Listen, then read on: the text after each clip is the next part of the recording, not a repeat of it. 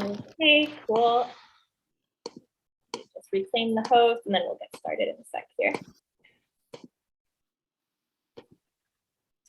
I'll record on my end too, just as a backup.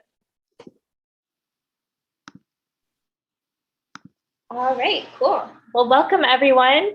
My name's Claire. I coordinate the events at New Renaissance. I'm super happy you're here on this beautiful sunny day, at least in Portland. It's a beautiful day. And thanks, Shelley, for doing this with us. For those of you who aren't familiar with Shelley, Shelley is a sought-after professional dowsing master and speaker. She synthesizes her knowledge of emotional integration, heart resonance, and feng shui with dowsing into a dynamic whole systems model that evokes an energetic quickening in the field, uplifting the home, land, and business environment. Shelley travels the world, helping her clients from all walks of life achieve more balanced and successful lives. And perhaps she can improve your life as well. And as you all know, her new book is Songline of the Heart. And you can, if you live in Portland, you can pick that up at New Renaissance. We're open tomorrow. And I'll also put a link for our online store so you can order it that way too. So I'm going to go ahead and turn it over to you, Shelley. Thanks for being here with us. Great.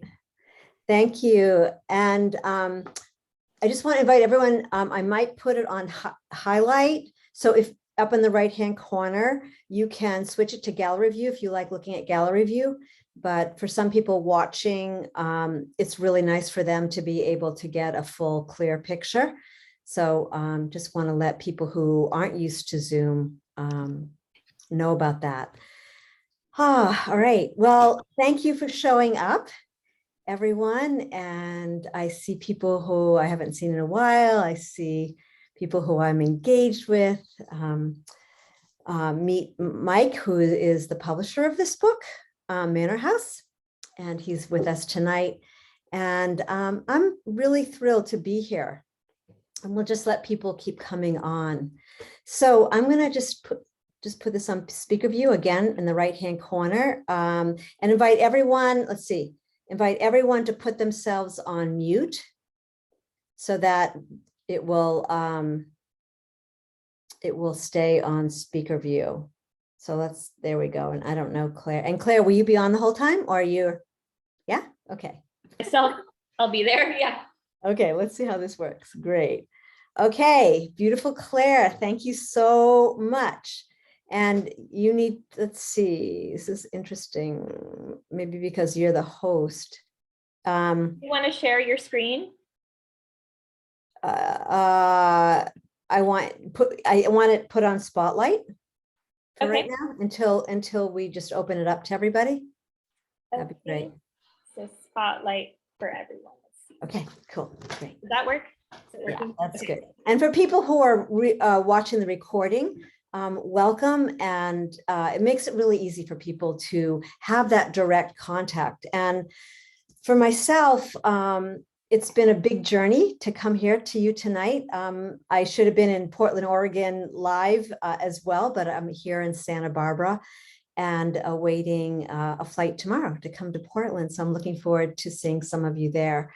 And I'm excited tonight to open, really what I'm here for is to, yes, share this book, but to really offer an embodied experience of what this book is talking about, why this book is written, and maybe even why you would want to read it if you haven't already or haven't bought the book. And just a little note that New Renaissance is actually offering a great deal for this book as well. So, so the experience of dowsing. So this book is a dowsing book, but it's also a memoir and a journey. And it's a journey that each one of you will find a certain resonance with. And that's really what I want to speak to tonight, that when we're looking for a book to read or a book pops off the shelf, it's because there's something within us that when it's aligned with our creative purpose, or we could even say creator's purpose, there's a sense of joy. There's a sense of coming home. And this book is really about how to come home to our heart. And not only how to come home to our heart, but really to help us understand our relationship with our house or our home, and the land that we're living on has everything to do with really a sense of a personal relationship with your own life. So it's really about navigating home. And the reason the tagline says a navigator's guide to resurrecting your heart, home, and habitat. And some people, might look at that word and go, oh, why did she use that word? And I want to speak to that just for a few minutes. And then I'm going to invite you into a field of resonance for some of you who, and what I like to call heart resonance. But really that we are all always constantly in a process of transformation. We know that outside of ourselves, there is this a lot of chaos going on and a lot of people suffering. And how do we hold and maintain a state of, you could call it centeredness, and in order to really feel joyful about our lives while others are, while there's a lot going on around us. So this book is really an opportunity to tap into what I like to call the quantum field, the field itself, that sensibility where we feel that we are moving with life itself, that everything that's happening to us, even if it's really challenging, just the way I was supposed to be in Portland, and 3 hours before I was getting on the plane, all of a sudden my daughter and granddaughter, got COVID. I couldn't go. How do we stay in that resonant field and really build that sense of trust? And dowsing, in my experience and the way it came to me, which was out of left field, began to open up a doorway to a sacred relationship with the land, and a sense of guardianship to, with where our homes are, with the people that might have lived there before. And all of this is encompassed in this book, and helping us to sort of widen our awareness, widen our sensibility of who we are in relationship to what's going on around us. So, and we will tonight, this is, I want to make this experiential. I want to give some time for you to ask questions. And so this will be one of the things that I really feel a need always, is that it's participatory, that you'll feel that there is either an attractor field for, well, what is this frequency that called me here tonight?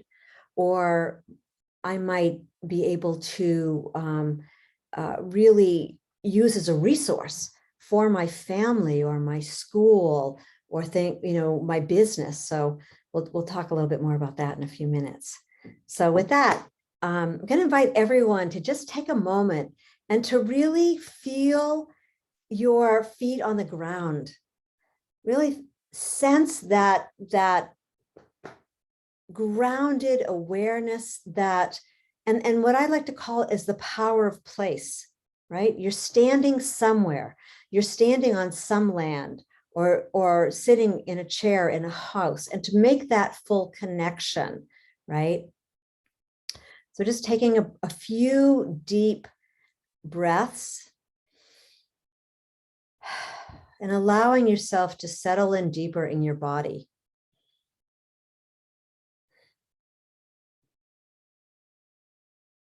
And really letting go of any concerns or worries just for this next 45 minutes.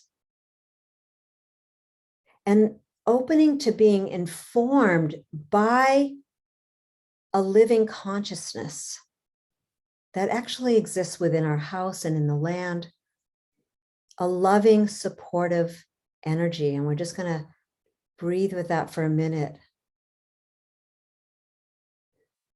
And just come into that present moment of now.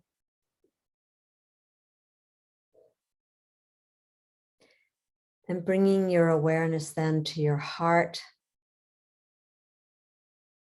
And as you're breathing, you can feel the undulations or waves. We are made up of wave motion, right? Emotion is energy and motion. And allow yourself to just kind of feel that sensate experience. And I would invite a moment of gratitude for how you're showing up, being here tonight in your life as a parent or as a business owner, whatever it is for you. And just bringing a little extra light to that embodied presence. And then allow your awareness to rise up above your head, about, let's just say, 1.5 feet tonight. And I like to call this the joy point, or for some, the J spot. We have to still have a little bit of humor here. And this place above our head, just allowing that sensation of connection with the vast universe. We like to call this the field of love, the field of connection. It's how we get informed of our next step.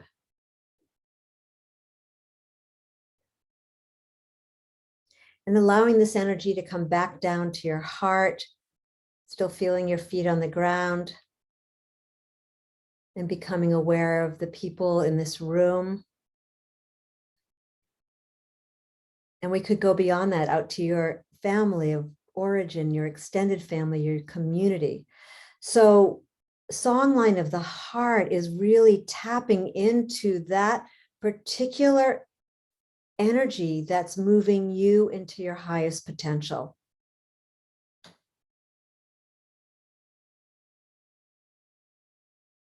And what would that feel like? To feel that deliciously happening more and more of the time.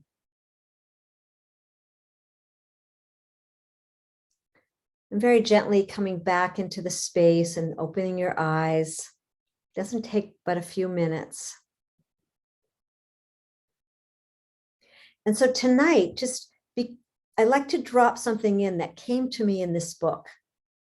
And as I took this epic journey, which is where the book begins, from San Diego to Australia.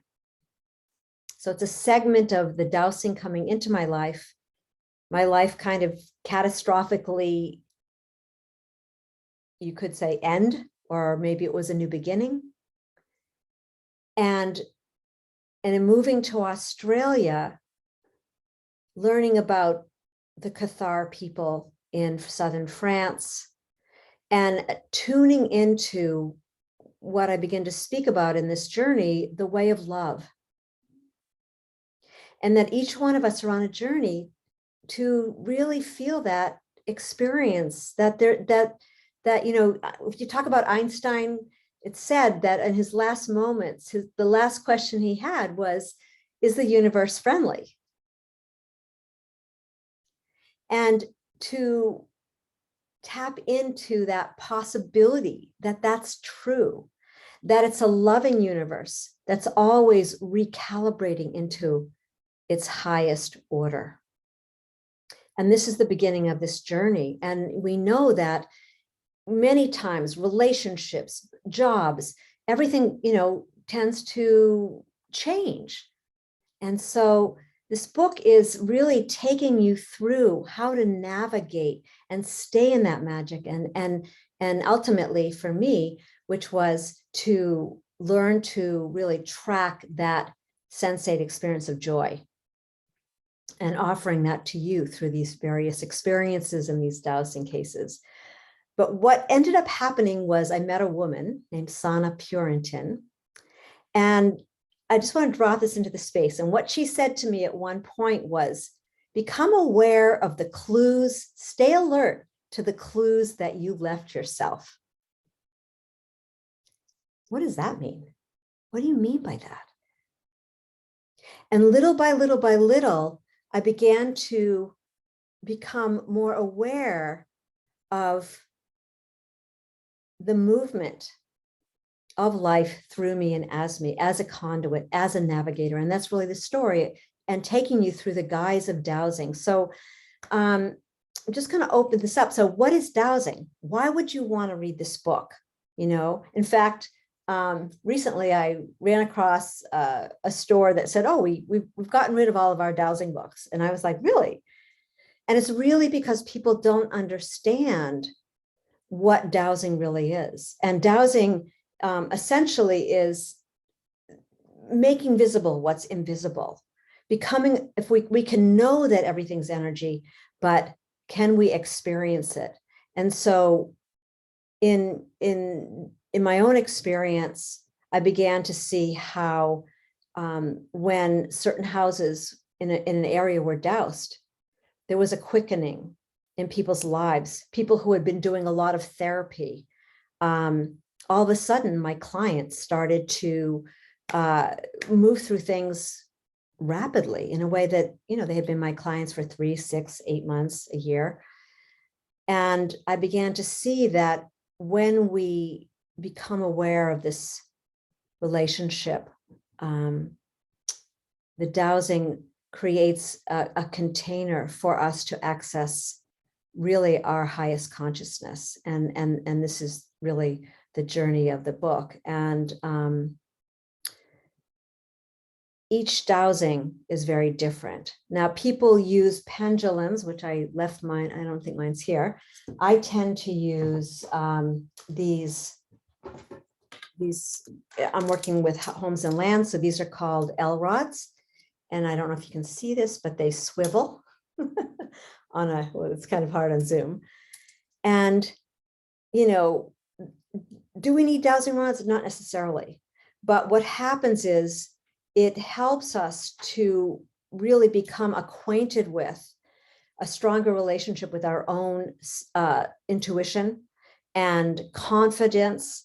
And this is one of the things that I, through this time of going to Australia, and if you're reading the book, you get taken through these different stories of different individuals. Every story is different about how the dowsing opens up a field for them to grow in, to become more endearing with their partner, their family, and to create an environment that that really allows for a sense of ease and joy. So let's, maybe we can reopen the gallery and just see if at this point anybody has any questions about the book. And I have a couple of things. Yeah. Don't forget to take yourself off mute, by the way. Yeah. Hi, Shelley. Hi. At one point, you just touched on something I found quite fascinating in your book. And that is when you go into a client's home and you douse the entire home, and occasionally, move objects and so on to create a better flow and so on. Not only do the people start to feel more comfortable in their home when they hadn't before, but other parts of their lives also become more successful. So perhaps you could expand a bit on that. Okay, yeah, that's really true. And P.S. for me, I have a background in Feng Shui as well. And that's usually a question that people will ask, well, how is it different than Feng Shui? So, yeah, because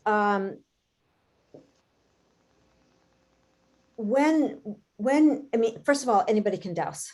It's very easy. Second, you just have to learn a couple of things and then begin to learn what you're looking for. And you can go to my website, evolutionarydowsing.com, and download a 24 booklet. Will give you ideas of what I'm looking for. So what we're not aware of is, like, when we're feeling bad or when we're feeling depressed, these earth energy lines can create stress in our lives. They can make us sick. And we think it's something about us. We go to our doctors, we go to, but what I began to discover was when we start to clear the lines, all of a sudden things start to harmonize. And I would even use the word transmute. So what happens is, like, if you have a lot of geopathic stress, so geo just means earth, and pathic obviously means illness. There are places on the earth that the energy runs positive, but when it hits a house, it becomes negative. And so we might be sleeping in areas of our home that we don't know are causing migraines, are causing ill health. Another example would be, we know about EMFs, electromagnetic frequencies. And those can cause a sense of, like we're talking about writing books, right? That can cause a sense of writer's block, a sense of cloudiness, fogginess. So when we clear some of these energies in our home, all of a sudden we feel more alive, we feel brighter, we can think more clearly. So in that respect, that's one way that it shifts how we engage, how that can change our success in our relationships. If there's something called a negative vortex in the home, which we know, we go to a waterfall and that's a very positive energy, right? We feel, or we go to a church, or we go somewhere where there's, we feel more enlightened, more awake. But on the same respect, a negative vortex can actually create a draining energy and can drain our immune system, make us not feel good, make us feel grumpier with our partner, or can cause a discordance. So if these lines are coming in, let's just say in a particular fashion, if you have, let's say, 3 geopathic stress lines coming into a corner of your house,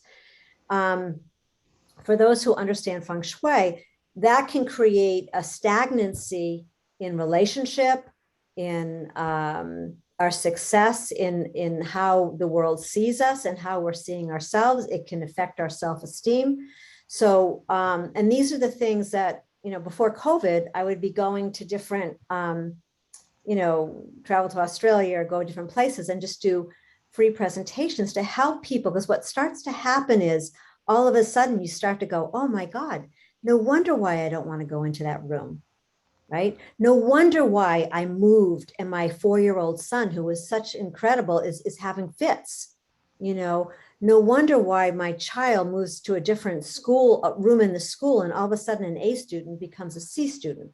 So these are the things that, as a dowser, and again, most people think if sometimes they don't know about dowsing, or they think it's about just looking for water. And yes, can we look for water? Can we look for minerals? Can we look for, lost items? Absolutely.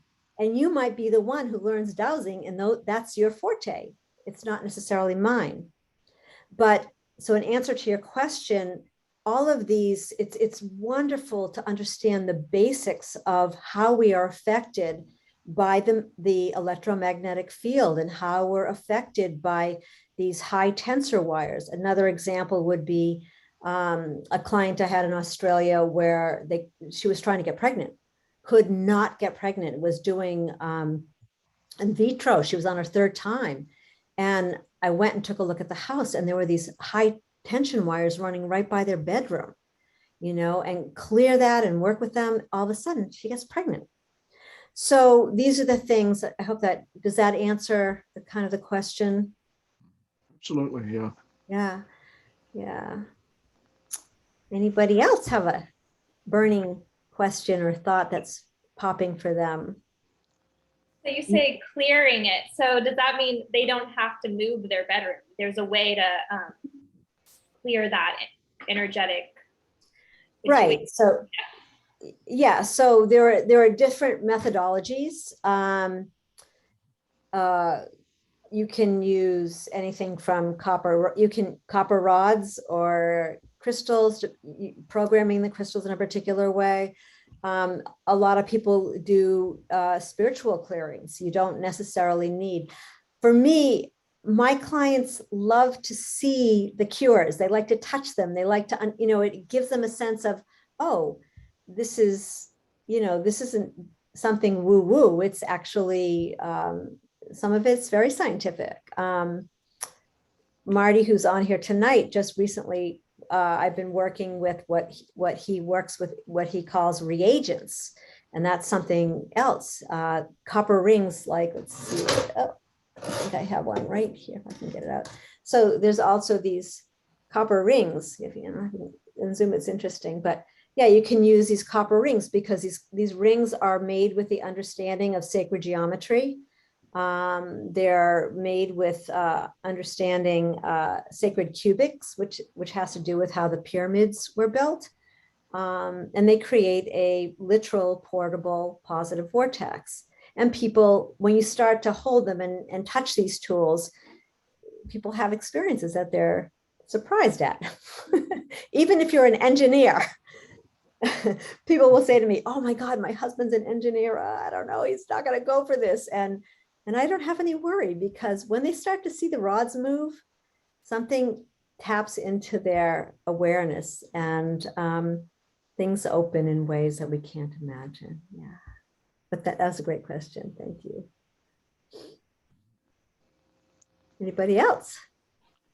How common is it, Shelley, that you come across people who are in a situation where things are out of balance and, improvement is needed to make their lives much better?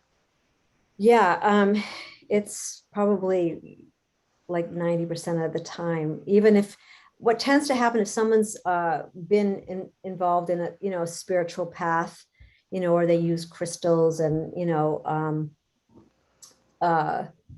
their house, as we evolve, our house, we start attracting houses that really hold a higher resonance.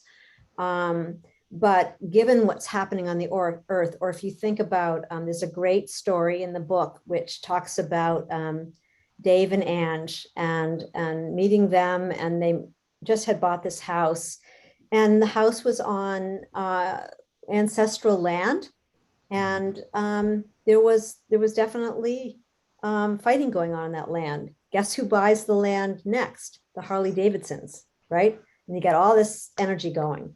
Guess who buys the land next and the house? People, a couple, and they become alcoholics. So a house holds the memory of the land. And this is what I love helping people to, if I'm doing a dowsing, I'll always look at the ancestry of the land and the native people and what happened there. And so it's not our fault, but there's usually things that can really enhance the vibration of the house, even if, okay, here's another great example. In fact, I just got off the phone with her. So I always wanted to work with a feng shui master, because how does dowsing affect, a feng shui master, they've got the perfect house, right? And I always wanted to just go like, okay, so a wonderful feng shui master, I would highly recommend her, Deborah Harnett. She lives in California, Cinnabar Designs. So one time I said to her, I would like to, if you're open, I would like to douse her house. And what ended up happening was, so feng shui means wind and water. You're moving furniture, you're moving energy, you're working with energy, you're working with colors. But if you have a geopathic stress line cutting through your relationship corner, or you have something like, some of these other EMF things happening, it's not, the feng shui doesn't take care of it. So like what I like to say is that creates a portal to heaven when we bring those together. So so even the best house can be asking for something more. And that's what we want to listen for. And really, my goal isn't necessarily to go into every, you have to have me go into your house. I'm happy to teach you. It's so easy to learn, and it's such a joy. And essentially, you can help your own family and children, and to create an environment that is holding a high vibration. And if you think about the monks, where did they used to live? They used to live high up in the mountains, right? Why? They were above that Earth's atmosphere. They are, you could say, closer to God, closer to that vibrational field that we're all wanting to connect with. So we want our houses and homes to really be able to hold that frequency. It's vital at this point. So, you know, for the most part, people come to me because there is something going on. Or one other example is they're feeling stuck, and maybe they've done all kinds of trainings, but essentially what tends to happen is, and I'm going to invite everyone to stretch, and probably people here already don't have an issue with this, but you know, the house holds a consciousness. It is a conscious living energy, and it wants to support us. But what tends to happen is we're growing, and the house has almost like a glass ceiling of energy. So what we want to do is we want to open the house so that you can feel like you can expand. And I know that's, you know, for some people that might be a little far-fetched, but when you see it in action, and that's why each person's dowsing story is very important, which is why this is part of the book, because something starts to click in you. I'll give you one more example. Elizabeth, who's in the book, she, an older woman and artist, and she moves into this house, and she has terrible things happening with her neighbors. They're fighting her all the way while she's building this house. She moves in, she stops doing her art. She's ready to move. She wants to move. And then we happened to meet just as I arrived in Australia, and went up to her house, and turned out that there were actually 2 negative vortexes in her house, and her house was sitting at a precipice that looked way out over the bay. And if you think of Indigenous Aboriginal people, where did they bring even their dead? Where did they commune with the ancestors? They'd go to the highest point, right? Her house was sitting on the highest point. And so once we settled that energy and cleared it, a week later, she's doing her art. She's happy. She's not wanting to move anymore. She's, you know, so these, did she do anything wrong? No, you know, the house was beautiful, but there was just this, and I feel like more and more, given where we are as a culture, we need to start to really feel our relationship to the land and to the water, and get to know our watersheds. So the dowsing really opens this in a way that, you know, for a lot of people is unexpected. Well, thank you. Yes. Yeah. I see there's a question. Would you elaborate on the choice of words in the book's title? Okay. Thank you, Daniel. Sure. Okay. So, all right. Here's the deal. And it was and Mike knows that it was a very chancy thing to put. If you're looking at the cover of the book, you see that I'm playing a didgeridoo. In Australia, traditionally, women are not allowed to play the didgeridoo. Okay. I'm just going to hold that thought for a moment. Songline of the Heart. So in Australia, and I think I'll just read you this one little piece about songlines, because it's a really beautiful piece. So traditional Aboriginal culture holds belief in a creation era and creation ancestors. These ancestors traveled across the country, creating the landscape, the animals, and the law under which human society was to live. The journeys of these ancestors across the country make up a songline. They're the long creation storylines that cross the country and put all geographical and sacred sites in place in Aboriginal culture. These ancestral sacred stories are passed on as large song cycles. In Aboriginal terms, the kinship lineage of the ancestral people from that country, or the custodians, had control over that songline. It was their duty to uphold the obligations of passing the song on in perfect form to the next generation. Each culture is taught the entire package of their culture over a series of stages of knowledge. Through these song cycles, people gradually learn the entire cultural story of their people. So I spent a lot of time in Australia, and it was really where, for me, the dowsing opened. And so when I'm speaking of a song line, I'm expanding it a little further, speaking to the songline of our heart. How do we track that song that's moving us to to fulfill our destiny, why we came, why we incarnated? So as I began to journey to Australia and then to New Zealand, which is where the book goes, it became an unfurling, when you think of one of those beautiful ferns unfurling, an unfurling of my own heart in the realization of who I was and what I came here to participate in and help create. And that's my desire for anyone reading this book, is that they can tap in a much deeper way to the songline of their own heart and discover their relationship to the land that which even where you were born. These are some of the things that we look at when we start to douse and I start to teach, and it's a really beautiful thing. And again, a navigator's guide to resurrecting your heart, home, and habitat. So when your heart is in alignment with your home, okay, not every house is a home, by the way. So when you start to feel that sense of home and you have that widening of relationship to the land you're living on or why you're called to be there, something starts to, it creates tears, because there's a sense of like, oh, now I know why I'm here. And everything softens and you feel safe, you feel connected, and you feel whole. And that's really what this book is about, is a return to wholeness. So I hope that answered your question and then just coming back to the book cover, there are some people that might be extremely upset with me. There's a longer story, which I can't get into tonight, of why this cover was chosen and why I was really being asked to hold to this.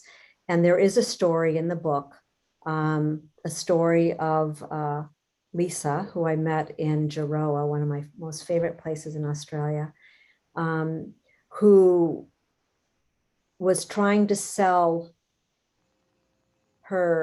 it was a beach house, because she had bought 400 acres, and her dream, okay, so this is about your dream. Her dream was to have a center where people could come in Australia, and there could be places for people to stay, so like a retreat center. And so she was trying to sell this beach house. Now, a year and a half it hadn't sold. And when she heard about the dowsing, she said, will you please come and find out what's going on and help me sell this house? Things were getting very tight.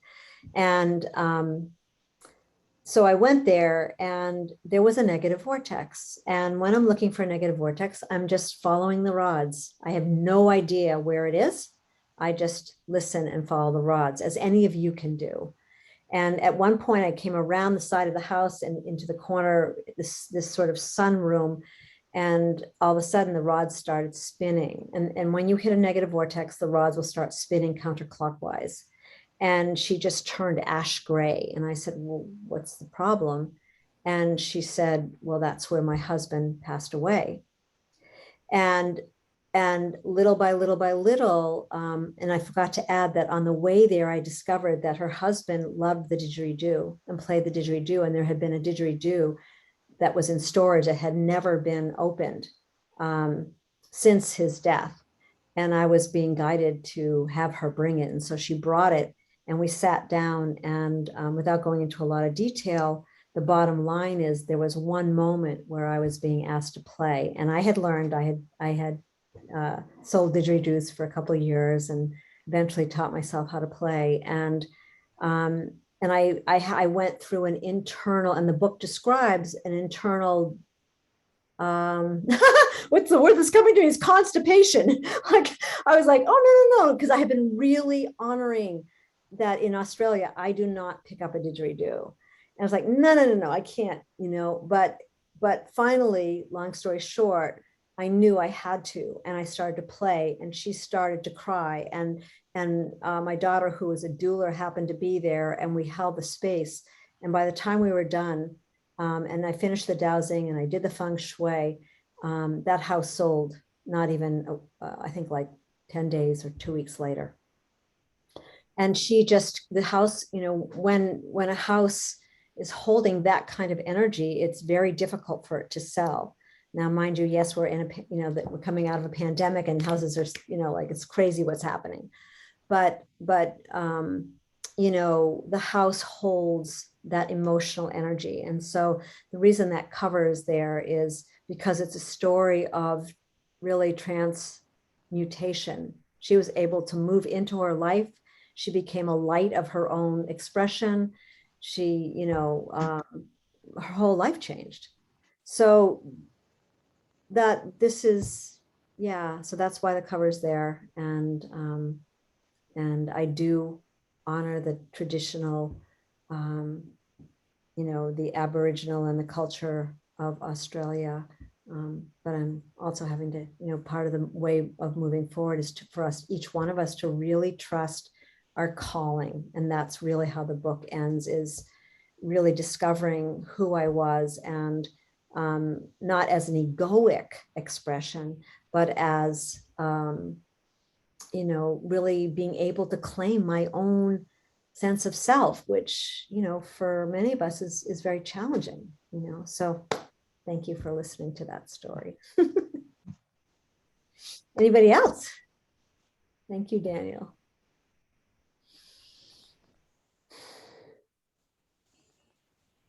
Yeah.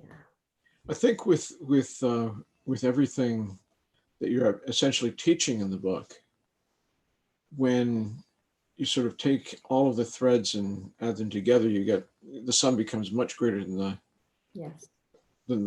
or the whole becomes much greater than the sum of its parts. And is there sort of an organized approach in dealing with this that you would really sort of recommend people apply in their lives? Mm-hmm.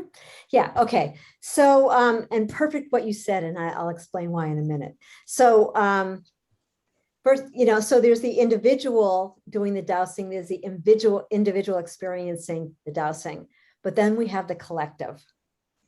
And this is where we're moving as a culture. So the first thing is, if you haven't, just go download the book on evolutionarydowsing.com or Shelley at shelleydarling.com. Either one will get you there, because it'll give you just 24 pages of explaining some of the things that we're looking for, and it'll help open up your own understanding and have a sense of whether, whoa, I want to check this out more or not.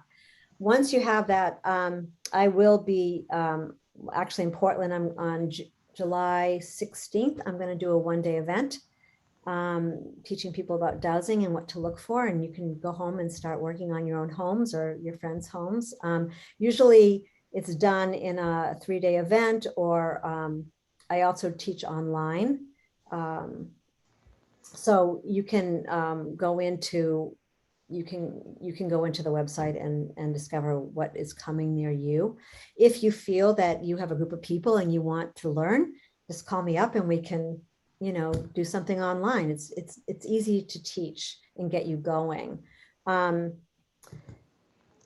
So those are the ways. The other thing that for those of you who, have already been exploring this, and I think this was perfect that Mike mentioned this, is I'm going to just try and put this on speaker view for a minute. Oh, there you go. So, oops, let's see if I can hold. Okay, there we go. So the Sacred Evolutionary Dowsing Consortium. So in 2015, I was guided to start working with, my love is working with groups and group resonance, and how do we stay in connection with each other when we have different opinions, when we have different skills and wisdom. And so starting in 2015, based on what's called the 12-round-1 model, so never more than 12 people in a group, I started to invite people that were, alchemists, dowsers, it can be a feng shui, it doesn't matter, just someone, a light worker, whatever you want to call yourself, and come and learn how to work as a collective, because together we're greater than the sum of our parts. And we began to weave our wisdom, and it's been going ever since. And we're actually writing a book right now. We've been involved with 2 years, but really through the guise of dowsing, and to work on people's homes and land, and as a collective, because exponentially things start to shift in a very powerful way. So this summer, if you're interested, what we've done is usually it's 12 weeks or months that we get together, but we decided, some of the field advisors decided that we would open it up so people could have an experience. So to come out of being just simply solo, a lot of us are doing our own individual work. And so I'm inviting you to come. And June 29th, so June, July, and August, once a month, we're going to invite you into the experience of what it's like to expand in what we're calling group heart resonance, and really work with the earth as a collective. And it becomes exponentially joyful and fun, and your toolbox just expands because you're meeting people from all over who have, we all have our various skills and gifts. And what ends up happening is everyone ends up with a level of confidence and trust that they didn't walk in with. So that's another way in which, you can, join as well. And of course, the other option is I'm happy to come douse your house or do it online, and you can learn that way as well, or just simply, have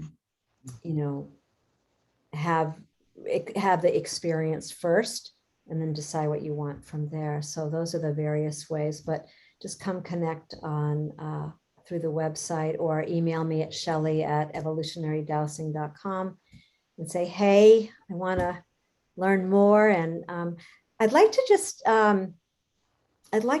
open it up for a couple of minutes, and maybe just a minute. I see Grace is here, and she came completely out of the blue. She jumped into the consortium, but I asked her to please come and learn a little bit of dowsing before, and she can just share a little bit about her experience. She hasn't read the book yet. Yeah, do you want to just quickly I experienced the evolutionary dowsing in the group, and it's phenomenal. If you're interested in group collecting wisdom out of the field and just sharing, it's wonderful. And would you just share about not having any idea about dowsing to, Yeah, I didn't know what it was. Just thought, okay, sign up for it and just try it. So yeah, it's just trusting your inner self, trusting that heart and the information, the wisdom that comes from the heart. Right. So. And Grace and her friend Kathy, they're just going and dowsing their land, and she's creating a retreat center. So, and one of the things that I did learn was when people start opening their houses energetically, all of a sudden there's a sense of wanting to connect with the collective, wanting to make their home a gathering space. Things that people wouldn't have thought of prior start, it is really where we're being called in evolution. We're lining up with evolution itself, which is requiring that we step more deeply into our service. So yeah, thank you, Grace. Yeah. Any other? Mike, did you want to say something else? Yeah. I'm just wondering if you can sort of encapsulate things. I think we're getting towards the end of the we are. The time, and just what you feel are the most important points, and sort of a conclusion type of thing. Okay, so what's coming to me in the moment is trust. Learning to really trust ourselves, and I think for me, to encapsulate, dowsing came out of left field for me. I knew nothing about dowsing when it showed up, and I was really sick. And through someone coming and dowsing my bedroom, actually, I was better the next day. And then, and synchronistically, and this is the magic. This is how I would like to encapsulate, is that when we start living in that flow, things start happening more synchronistically. And so for me, the dowsing opened up a world of what I like to call magic, but a relationship with creator, God, quantum field, whatever you want to call it, in a way that I couldn't imagine. And was able to really learn to navigate my own life. And that's the invitation here. And I noticed recently over the past 6 months, I've been seeing all these people using the word navigate. It's become a trending word. But, to be able to, yes, this is part memoir. Yes, this is about, can you learn dowsing from reading this book? Absolutely, right? It doesn't give you the actual steps. And that's what I would say, if you all of a sudden feel pulled to know more, I'm happy to offer, especially for people tonight, I will offer you an hour consultation as my gift for those people that are here tonight. If you buy the book, great, please buy it through New Renaissance tonight. Yes, you can get it on Amazon, but they're offering you a beautiful discount. And so I would really encourage that. You can just go to their website, and the link is in the chat, I believe. And just simply to ask and listen to your own heart. Why did you show up here? And what is it that could really enhance your journey, bring more joy to your journey? And I think I'll just leave it there. And I see that you can check out the chat. Marty says, throughout the book, there is a steady stream of coincidence and synchronicities and magic. Yes. Oh, nice. So that's really, lately I've been saying God speaks in synchronicities, and you can know that you're moving in the right direction. And sometimes we need that extra support. And the other thing that what I would leave you with is, if you're looking for a community of people that are really focused on restoring the resonance of their own heart, home, and humanity, right? Come play with us. And it's really like that. Just come play with us. And feel free to contact me. Let me know that you want to talk more personally, because sometimes something like this starts percolating things for you. Please feel free to call me. And I'm just traveling tomorrow, but other than that, I'll catch up with you. So thank you. Thank you, Shelley. Thank you so much, Shelley.